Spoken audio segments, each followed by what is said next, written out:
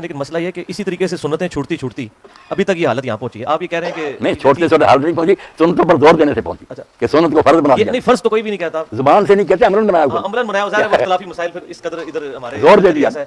اگر یہی کہتے رہے کر لو ٹھیک ہے, نہ بھی کرو پھر بھی فساد کیوں ہوتا ہے. اچھا, وہ مصنف ابن ابی شیبہ میں ایک روایت ملتی ہے کہ سیدنا ابن عمر رضی اللہ تعالیٰ عنہ جو رفع الیدین نہیں کرتا تھا نماز میں, کنکریاں مارتے. یہ بات ٹھیک ہے. تو مسئلہ ہے کہ ابن عمر بھی بڑے متبع سنت تھے, بڑے بڑے. ہاں جی, تو وہ اتنی نہیں وہ توجہ دلانے کے لیے کہ بہتر تو یہی کہ رفع الیدین کیا ہے. وہ میں بھی کہتا ہوں جیسے شاہ ولی اللہ والذی یرفع حب الی من اللہ یرفع لان احادیث رفع اکثر کلاس میں. لیکن ادھر تو ظلم یہ ہو گیا ہے کہ جو لوگ کر رہے ہیں نا ان کو تختہ مشق بنایا ہوا نہ کرنے والوں نے, جن کی اپنی ایک حدیث جو کہ اصول محدثین پہ وہ بھی صحیح نہیں ہے, کوئی روایت صحیح ثابت نہیں. ان کا ظلم یہ ہے کہ وہ اور جو کرنے والے ہیں انہوں کا کرنا تو اچھا, مگر جس طرح کرتے ہیں نا رفع الیدین وہ تو خیر غلط ہے. انہوں نے بھی محمد علی بھائی بدنام کیا.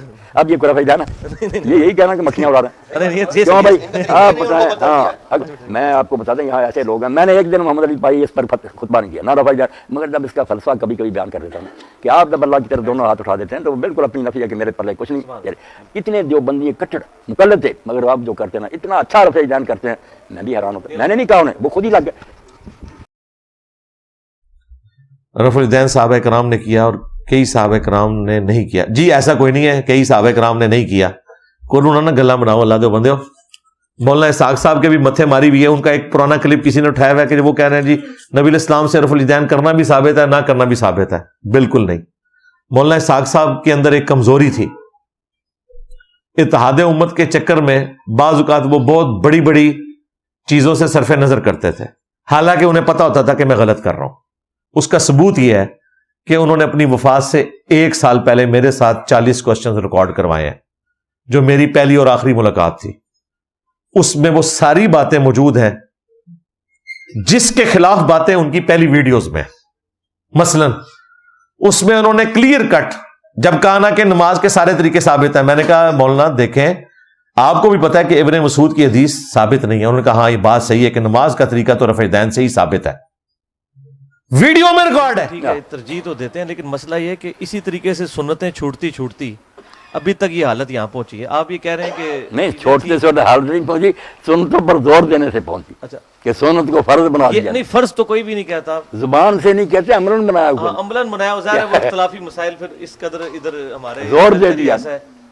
اگر یہی کہتے رہے کر لو ٹھیک ہے, نہ بھی کرو پھر بھی فساد کیوں ہوتا. اچھا, وہ مصنف ابن ابی شیبہ میں ایک روایت ملتی ہے کہ سیدنا ابن عمر رضی اللہ تعالیٰ عنہ جو رفع الیدین نہیں کرتا تھا نماز میں, کنکریاں مارتے.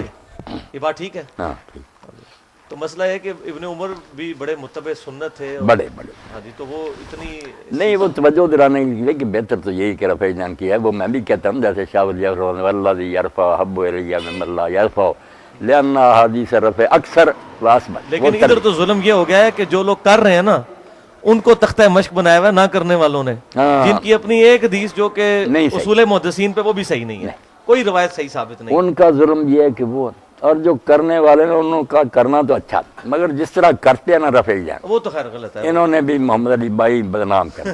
اب یہ کوئی رفع الیدین ہے, یہ یہی کہنا کہ مکھیاں اڑا رہے ہیں. کیوں بھائی آپ بتائیں. ہاں میں آپ کو بتا دیں یہاں ایسے لوگ ہیں. میں نے ایک دن محمد علی بھائی اس پر خطبہ نہیں کیا نہ رفع الیدین, مگر جب اس کا فلسفہ کبھی کبھی بیان کر دیتا ہوں کہ آپ جب اللہ کی طرف دونوں ہاتھ اٹھا دیتے ہیں تو وہ بالکل اپنی نفی ہے کہ میرے پلے کچھ نہیں.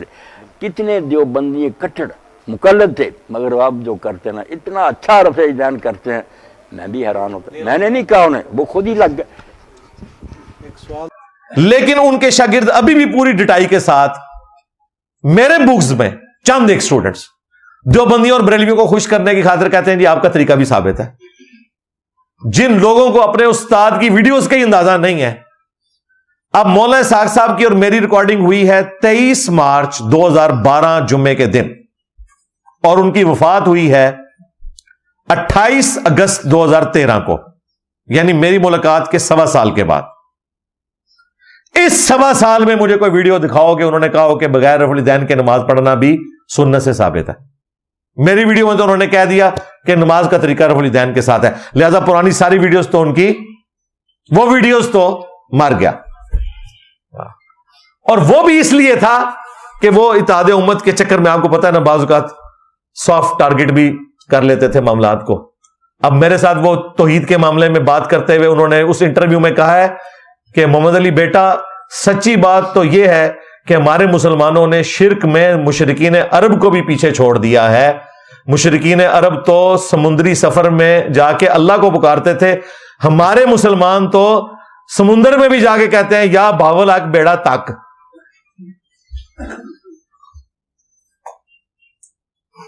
آپ مجھے بتائیں، میرے انٹرویو میں وہ یہ بات کر رہے ہیں کہ اس وقت بریلوی جو کچھ کر رہے ہیں یہ مشرکین عرب سے بھی بدتر شرک ہے، تو پیچھے کیا رہ گیا؟ اس کا مطلب ہے یہ روپ بھی تو ان کا تھا نا، اس لیے کہ سامنے بندہ وہ بیٹھا ہوا تھا جس نے کھری کھری کرنی تھی اور کھری کھری سننی تھی. میں نے تو ہر چیز کو ریبٹل کرنا تھا، اور جہاں وہ اٹکے رہے ہیں اس پہ وہ اٹکے رہے ہیں، اس پہ میرا زور لگانے سے وہ پیچھے نہیں ہٹے. مثلا امام کے پیچھے فاتحہ پڑھنے کا مسئلہ، اس میں نے ان کو ریبٹل کیا، اس میں وہ اپنی بات پہ قائم رہے کہ نہیں، امام کے پیچھے اگر کوئی شخص فاتحہ نہیں بھی پڑھتا اس کی نماز درست ہے، جہری نمازوں میں پڑھ لے، جہری نمازوں میں سن لینا کافی ہے، سرن جو نمازیں ہیں ان میں وہ پڑھ لے. صحابہ کرام میں 2 گروہ تھے، اس وقت میرا موقف تھا کہ جہرن میں بھی پڑھنا چاہیے، اس لیے میں ان کو ریبٹل کرتا رہا، لیکن وہ اپنے موقف سے پیچھے نہیں ہٹے. اللہ کا شکر ہے کہ اس کے بعد میں نے اپنا موقف بدل لیا اور درست کر لیا کہ سوائے امام بخاری کے کسی کا یہ موقف نہیں ہے کہ فاتحہ کے حوالے سے یہ سختی ہے کہ جہرن نمازوں میں بھی زبردستی آپ نے پڑھنی ہے. پوری امت ایک طرف کھڑی ہے. امام بخاری کا یہ موقف ہے، سختی پر مبنی ہے، لیکن وہ بھی اہل حدیثوں کی طرح نہیں کہتے، وہ کہتے ہیں سختوں میں پڑھیں گے. امام بخاری نے بھی یہ نہیں لکھا کہ امام پڑھ رہا ہے تو آپ پیچھے پڑھتے جائیں، وہ کہتے ہیں امام اینڈ پہ وقفہ کرے گا.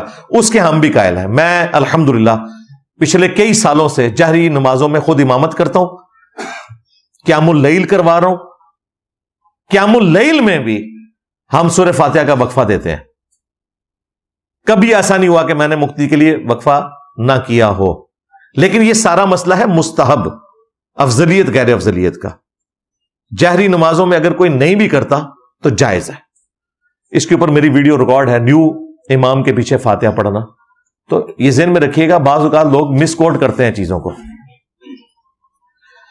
جب میں لوگوں سے دعوت کی بات کرتا ہوں تو میرے والد مجھے منع کرتے ہیں اور بد دعا دیتے ہیں. آپ ان کے سامنے نہ کیا کریں. بد دعا کیوں دیتے ہیں؟ اس لیے کہ شاید وہ خود بابوں کے ماننے والے ہوں گے. یہی وجہ. ہاں ظاہر ہے، تو ان کو تو غم نہیں جانا، یہ تو حقیقت بات ہے.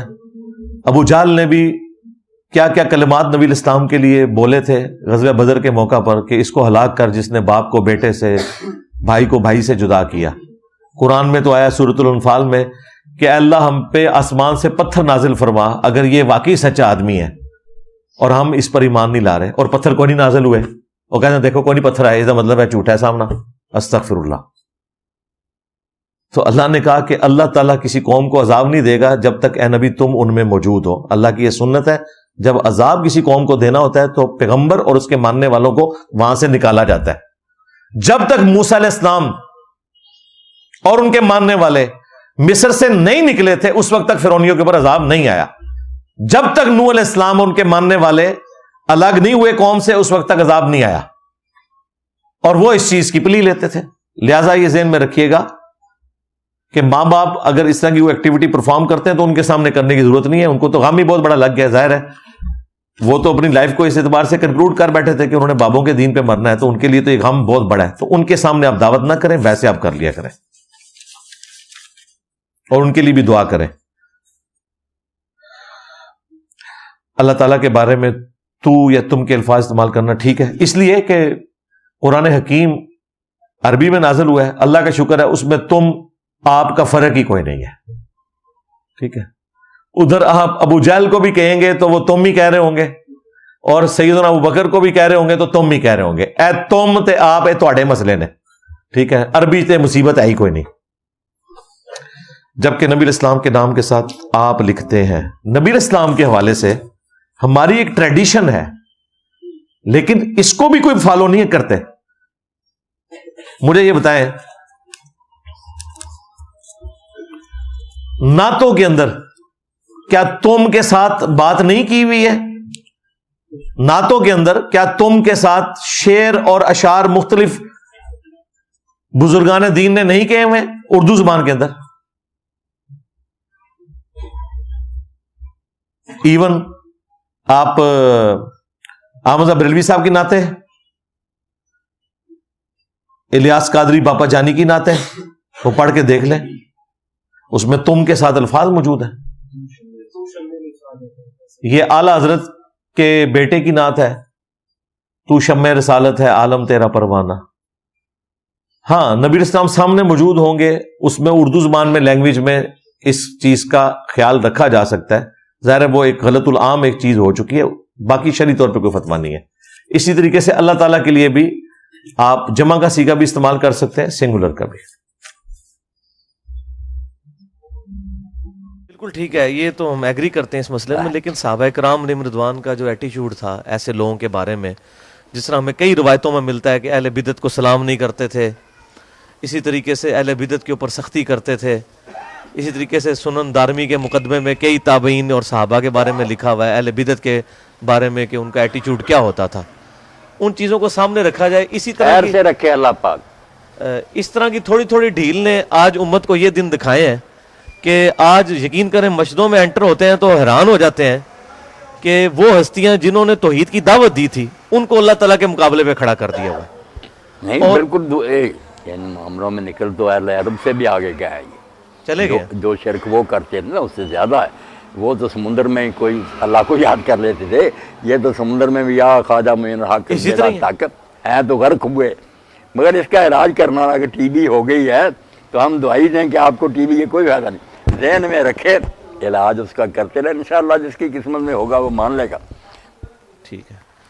علماء نے یہ باتیں الجھا دی ہیں، بڑے بڑے عالم ہیں پڑھے ہوئے، وہ کتاب میں لکھ لیتے ہیں کہ اس کا کوئی حرج نہیں. اللہ تعالیٰ نے اپنے بندوں کو یہ طاقتیں دی ہیں، ان چیزوں کو ثابت کرنا نہ کہ روایتیں نہیں. مسئلہ یہ ہے کہ قرآن کدھر گیا؟ وقال الرسول یا ربی ان قوم اتخذوا هذا القرآن مہجورا. غدیر خم قرآن کی بات کر رہا ہے، حجۃ الوداع قرآن کی بات کر رہا ہے، نبی صلی اللہ علیہ وسلم کا وسیع قرآن ہے. اس کے بعد کوئی امتی یہ کہے جی مجھے یہی نہیں پتا چلا کہ قرآن میں کیا لکھا ہوا تھا، ایاک نعبد و ایاک نستعین، مطلب اس کو نہیں سمجھ آتا. بس لوگوں نے پڑھ لیا نا وابتغوا الیہ الوسیلہ. اب اس کی تفسیر میں کئی لوگوں نے لکھ لیا کہ وسیلہ تفسیروں نے تو سارا ظلم ڈایا. نہیں ظلم تو ڈایا مگر لفظ تو ہے نا کہ وسیلہ ڈھونڈو. اب لوگوں نے سمجھ لیا کہ لوگوں نے بتایا انہیں کہ یہ وسیلے ہی ہیں، نیک لوگ جو ہے ان کو پکڑ لو. ان کو مغالطوں سے نکالنا ہے نا میرے بھائی. برا بلا کہنے سے کوئی نتیجہ نہیں نکلے گا، نفرت ہوگی، دور ہو جائیں گے. اگر علاج ہو سکتا تھا وہ بھی گیا، وہ ہم سے دور چلے گا. بالکل ٹھیک ہے. دور نہیں کرنا، قریب کر کے نا پھر دل میں طے کر کے کہ یہ گمراہی میں پھنس بالکل ٹھیک ہے نکالنا. یہ جو نماز کے اندر مطلب مختلف احناف کے اور سلفیوں کے درمیان، اہل تشیع اہل سنت کے درمیان آپس میں فروعی مسائل چلتے ہیں اختلافات کے پوائنٹ آف ویو سے. مطلب سورہ فاتحہ کے بارے میں اتنا سخت دونوں طرف ایکسٹریم ہے. ایک کہتا ہے کہ منہ میں انگارہ رکھ دو جو فاتحہ پڑھتا ہے، دوسری طرف کہتے ہیں فاتحہ نہیں پڑھتے تو نماز نہیں ہوتی. نماز وہ عمل ہے جو نبی صلی اللہ علیہ وسلم کو 5 دفعہ روزانہ صحابہ کرام نے دیکھا کرتے تھے. اس میں تو عملی تواتر بھی موجود، کتابیں بھی موجود، اس کے باوجود اتنے بڑے لیول کا اختلاف کیوں آیا؟ باقی چیزوں میں تو ہم کہہ سکتے ہیں چھوٹی چھوٹی کوئی چیزیں تھیں. ایک چیز جو حضور کو روزانہ 5 دفعہ کرتے ہوئے ہزاروں لوگوں نے دیکھا ہے صلی اللہ علیہ وسلم صلاۃ تسلیما کثیرا کثیرا، اس میں اتنے بڑے لیول کا اختلاف. تو اس میں منکرین حدیث کو یہ موقع ملتا ہے، وہ کہتے ہیں یہ سارا ستیہ ناز ہے حدیث کی کتابوں کا، یہ کتاب ان کا یہ موقف ہے. اچھا اب اس میں مجھے بتائیں اختلاف پھر کیوں آیا؟ ہم ان کو کیا حدیث کی برکت سے نماز ایک، اگر حدیث نہ ہوتی پتہ نہیں کتنی نمازیں ہوتی. ایک کتاب چھپی تھی محمد علی جس کا نام تھا تقابل اربع. یہ 4 آدمی جنہوں نے قرآن کے نام پر لکھی نا کتابیں اور حلف اٹھایا کہ قرآن کی نمازیں، یہ 4 کھانے بنے ہوئے تھے. 4 مولوی عبداللہ چکرالی سے شروع کر کے نا حشمت علی سارے کھلائے، چاروں ایک بات میں شروع سے لے کر سلام تک ایک بات میں متفق نہیں ہو. اتنی الگ الگ نماز، چاروں حلف اٹھا رہے ہیں قرآن یہ نماز سکھاتا ہوتا تو ایک نہ تم 4 ہوتے. چلو حدیث والوں کو چھوڑو، حدیث والوں کا جو ہے نا عمل آپ دیکھ لیں کہ نماز میں جو بنیادی اذان، ہم اتنے لوگ اس وقت جمع، کسی کا قد چھوٹا، کسی کا بڑا، کوئی کاڑا، کوئی گورا، کوئی تندرست، مگر سب پر انسان کا لفظ بولتے ہیں. کچھ ایسی چیزیں جو ان میں نہ پائی جائیں، بس انسان ہو کے نکال، باقی اس کی نا چیزیں جو جدا بھی ہوں خیر ہے. نماز میں کچھ چیزیں ایسی ہیں ارکان اور واجبات جو الحمدللہ نا میرے پاس آبادی بھی آئے مسکت مان کے، وہ خارجیوں کی ایک شاخ ہے، حکومت بھی ان کی ہے قاضی. میں نے انہیں نماز کے لیے کہا، مجھے انہوں نے اپنی تفسیریں کیا، بڑے خوش ہوئے.